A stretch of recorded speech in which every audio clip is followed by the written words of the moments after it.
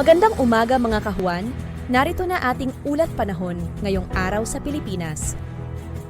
Patuloy pa rin umiral ang northeast monsoon na amihan dito sa bahagi ng northern at central Luzon kung saan ngayong araw ay magdadala pa rin ito ng maulap na kalangitan na may mga kasamang pag-ulan dito sa silangang bahagi ng northern at central Luzon. Samantala ngayong araw ay magiging makulimlim din yung panahon at magiging mataas din yung tsansa ng mga pag-ulan, pagkidlat at pagkulog dito naman sa bahagi ng Quezon at Bicol region. Dulot naman po yan ng easterlies. And sa kasalukuyan ay wala tayong minomonitor na bagyo or LPA na maaari makaapekto dito sa ating bansa.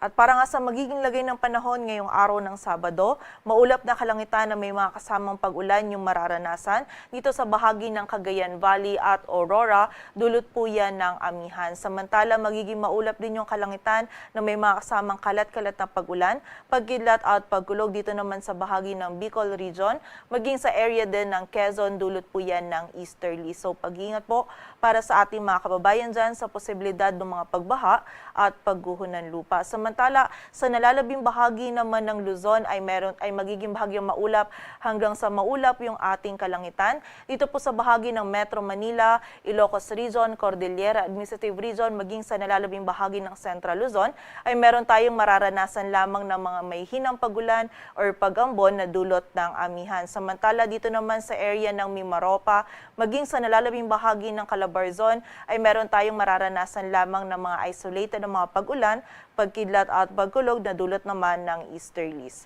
Agwat ng temperatura sa Metro Manila ay mula 23 to 31 degrees Celsius. Samantala sa bahagi naman ng Visayas at Mindanao, ngayong araw ang buong bahagi ng Visayas at Mindanao ay makakaranas din ng bahagyang maulap hanggang sa maulap na kalangitan. Meron lang din posibilidad ng mga isolated o yung mga biglaang pag-ulan, pagkidlat at pagkulog, dulot pa rin po yan ng easterlies. And itong mga pag-ulan po nito ay posibleng maging short duration ng mga moderate to heavy na mga pag-ulan na maaari pa rin magdulot ng mga pagbaha at pagguho ng lupa. So pag-iingat pa rin po para sa ating mga kababayan. Agwat ang temperatura sa Cebu ay mula 25 to 30 degrees Celsius at sa Davao naman ay 24 to 32 degrees Celsius.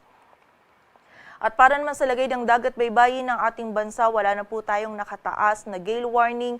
Ngunit iba yung pag-iingat pa rin para sa mga kababayan natin na maglalayag sa mga dagat baybayin ng Northern Luzon, maging sa silangang dagat baybayin ng Southern Luzon at ng Central Luzon, maging sa silangang dagat baybayin din ng Visayas, kung saan magiging katamtaman hanggang sa maalon pa rin po yung lagay ng ating karagatan.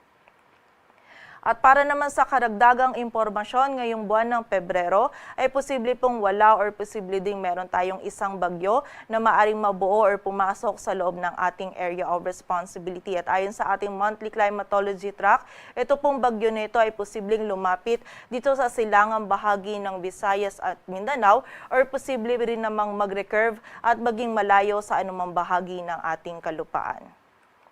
Dito sa Metro Manila, ang araw ay sisikat mamayang 6:24 ng umaga at lulubog mamayang 5:55 ng hapon.